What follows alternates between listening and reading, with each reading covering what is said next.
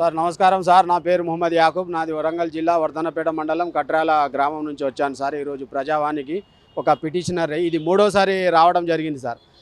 మా సంచార జాతులలోని 14 ఉపకులాలు ఉన్నాయి తెలంగాణలోని. ఉమ్మడి ఆంధ్రప్రదేశ్లో సచార్ కమిటీ నివేదిక వేసి వైఎస్ డాక్టర్ రాజశేఖర రెడ్డి గారి హయాంలో ఒక సచార్ కమిటీ నివేదిక వేసి షబ్బీర్ అలీ గారు మంత్రిగా ఉన్నప్పుడు ఆ నివేదికలో 14 ముస్లిం జాతిలోని 14 ఉపకులాలను పొందుపరిచినారు. ఆ 14 ఉపకులాలు గారెడ్డి సాహెబులు, అచ్చుకట్లు, రాతంటి కరగబోసి, గరిటెలు, చెంచాలు పోసే కులాలు, తర్వాత సింగం వాళ్ళు, తర్వాత అత్తరు వాళ్ళే, బోర్ వాళ్ళే, బొంతే వాళ్ళే और पखीरा है, दरवेशा है इसमें। और कौन से बोले तो పకీరోं में भी 2-3 किस्म के है।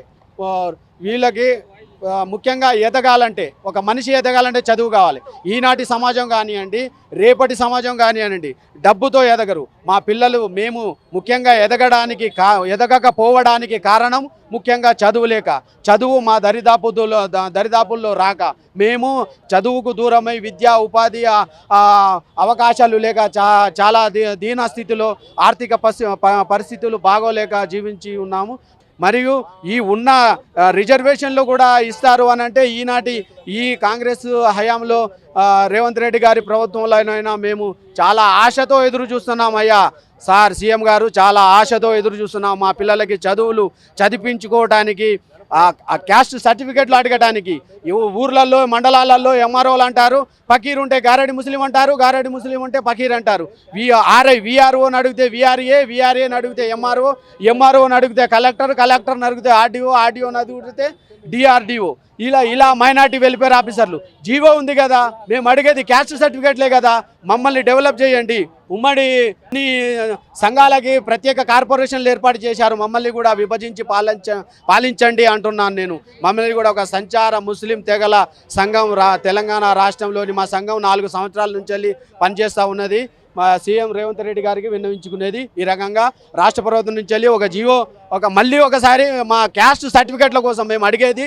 మాకు ఎంపీలు లేరు, మాకు ఎమ్మెల్యేలు లేరు, మంత్రులు లేరు. After all sarpanch, ward member కూడా రిజర్వేషన్లు అడగల. రాజ్యాధికారం అక్కర్లేని మాకు కనీసం రిజర్వేషన్లు, చదువుల కోసం రాజ్యాధికారం వద్దు మాకు.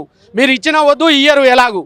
కనీసం మా పిల్లలకి చదువులకి క్యాస్ట్ సర్టిఫికెట్లు కూడా ఇప్పించలేని దౌర్భాగ్యం పరిస్థితుల్లో మేము ఉన్నాం. ముఖ్యంగా మేము చదువుకు దూరమేము, ఆమెడ దూరంలో ఆకాశంలో ఎగురుతున్నారు జనం, ఆకాశంలో ఎగురుతున్నారు. ఇంకా మా జాతి మేల్కోలేదు. ఇంకా మా జాతి ఎక్కడి వేసిన గొంగడి అక్కడిలాగానే ఉంది.